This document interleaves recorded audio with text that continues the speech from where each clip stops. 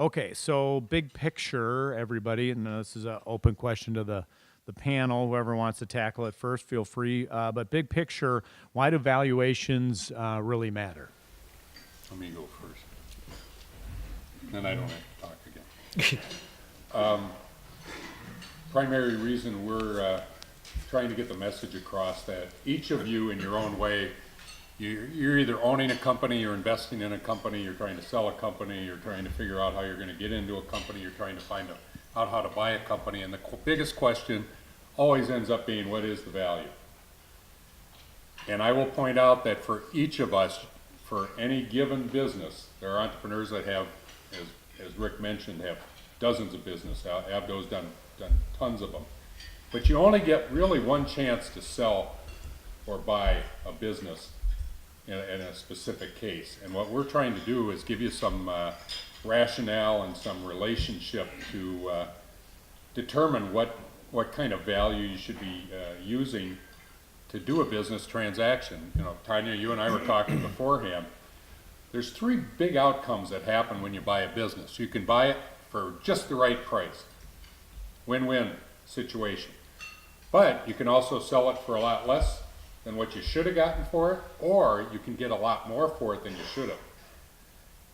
In the second two cases, there are a lot of bad things that happen. If you leave money on the table, your estate has just gone poof. But if you get too much, you are exposing yourself probably to legal liability on the part of the buyer because you got too much for it. What you want is that win-win transaction that says transaction occurred for value. Now I try and convince my buyers that I work with all the time that they shouldn't necessarily be trying to get it for the cheapest that they possibly can. That doesn't always work, and understandably, and the same thing for people that are trying to do it for too much. But the bottom line today is that you get one chance to do a transaction and you want to do it right, and knowledge is power. And if you want to go in and do it on the basis of a multiple that you read in the Wall Street Journal or Forbes or some other financial deal, you have a pretty good chance of cheating yourself. And we're not the only guys in town that do valuations. We're speaking for the community in general. And knowledge is power, and you need to demand for yourself that you have that knowledge in doing a transaction.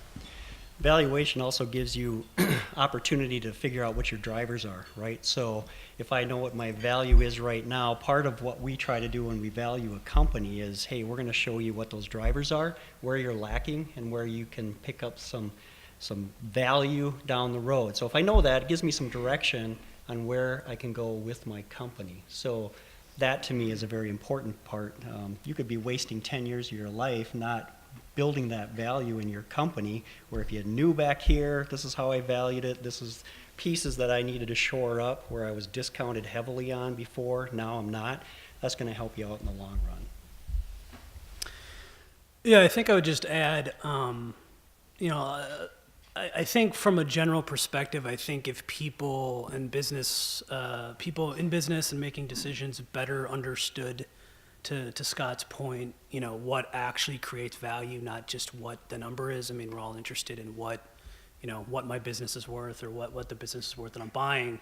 I think, markets, private markets, public markets, we have a lot more stable environment. I think when we get into trouble is when we misunderstand what actually creates value. So I think from my perspective, it's kind of a maybe big picture philosophical view. I think, for people to understand what those drivers are and what creates value is extremely important.